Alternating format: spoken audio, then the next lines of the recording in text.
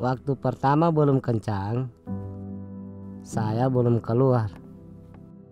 Begitu kedua kalinya, saya langsung keluar. Itu pun saya keluar lewat pintu belakang.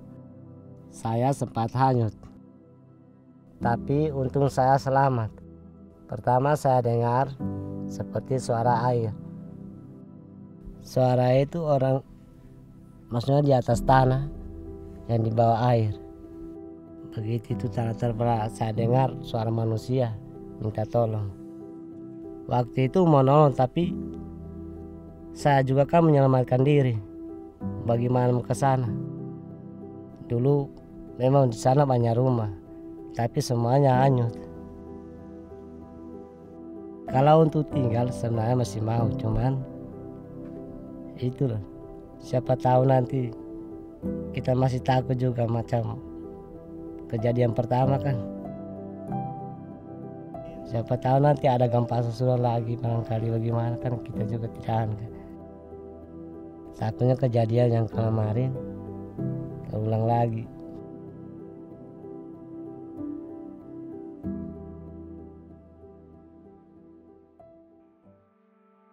Sekitar jam 3 ada gempa. Sementara kami nonton TV. Setelah itu perasaan saya tidak enak. Perasaan saya itu menyuruh keluar dari rumah. Mendungnya itu seperti mau hujan, tapi kami lihat ke atas tidak ada hujan. Waktu itu memang ada gempa. Bunyinya suaranya kayaknya di bawah. Saat itu adik saya bilang, ada gempa, ada gempa.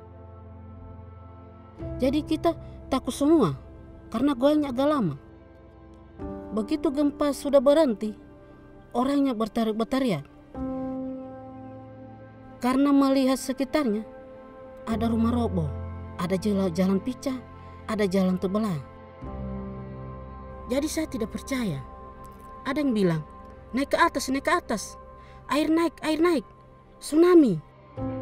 Jadi kami berbondong-bondong naik ke atas. Sampai di sana gelap sudah. Kami tidur situ di satu malam. Nanti besok paginya kami balik lagi ke Jono.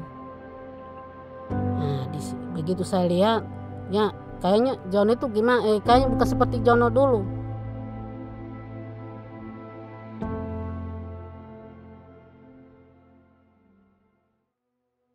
Tadinya saya itu pandai besi, saya membuat parang.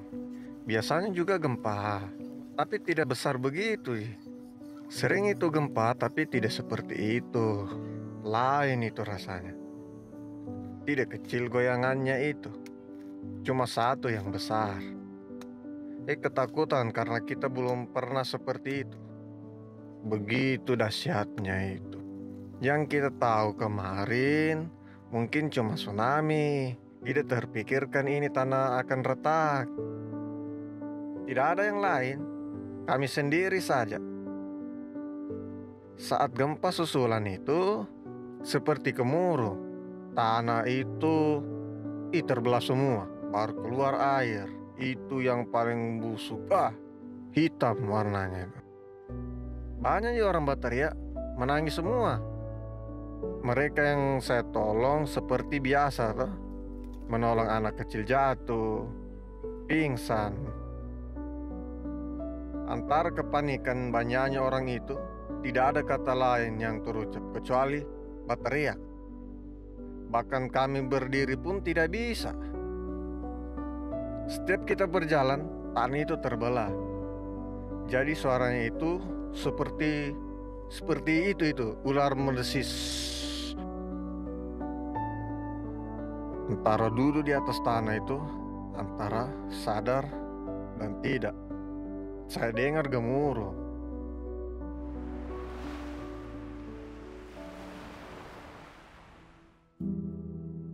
Di sini ada sawah. Sawah ada padi, tanam padi kita. Sekarang sudah tidak ada. Semua di bawah tanah, ke bawah sana. Harapan saya mudah-mudahan masih ada tanah saya yang mau digarap. Saya bicara sama istri, karena saya menghilangkan rasa sedih karena ingat itu rumah apa semua sudah tidak ada. Bicara soal itu soal biasa rumah yang hanyut, tempat tinggal yang sudah tidak ada lagi. Jangan mati selanya cari uang untuk membangun rumah. Sampai sekarang cuma maksudnya tidak lama hanyut semua sudah. Mudah-mudahan kejadian seperti ini tidak terulang lagi. Cukup sekali ini saja. Cukup sekali ini saja.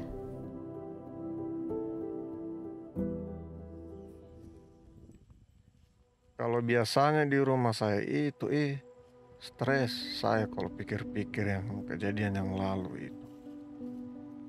Jadi kalau kita stres, pergi saya melaut, memancing ikan, atau mencari ikannya hilang semua. Pokoknya hilanglah stres. Laut, hanya itu saja. Pergi melaut. Banyak perenungan di sana. Hilang sudah semua yang lalu itu. Mudah-mudahan cuma di Palu saja terjadi seperti itu. Jangan di kampung lain lah.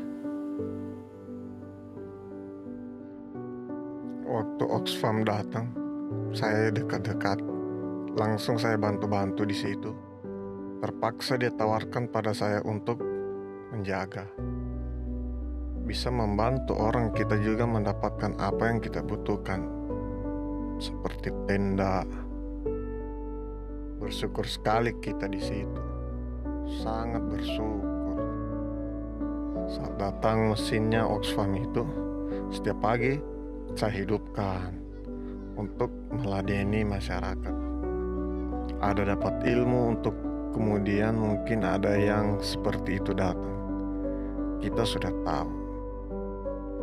Cuma kita ini manusia saling membantu, saling menolong.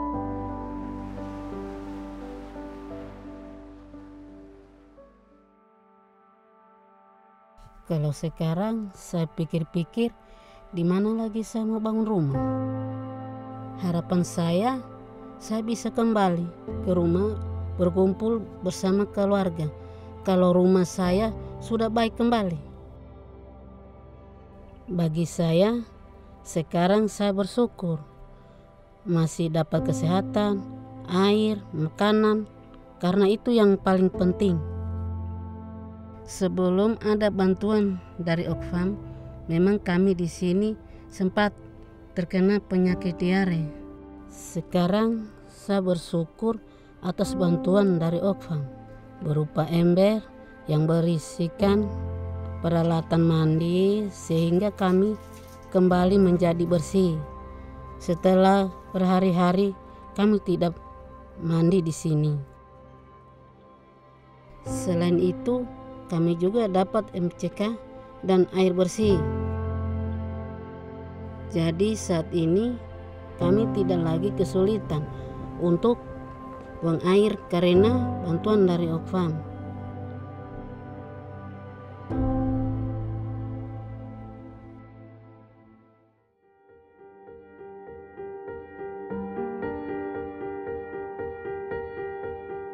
Ngobrol Pak Haji. Nah, lihat aja.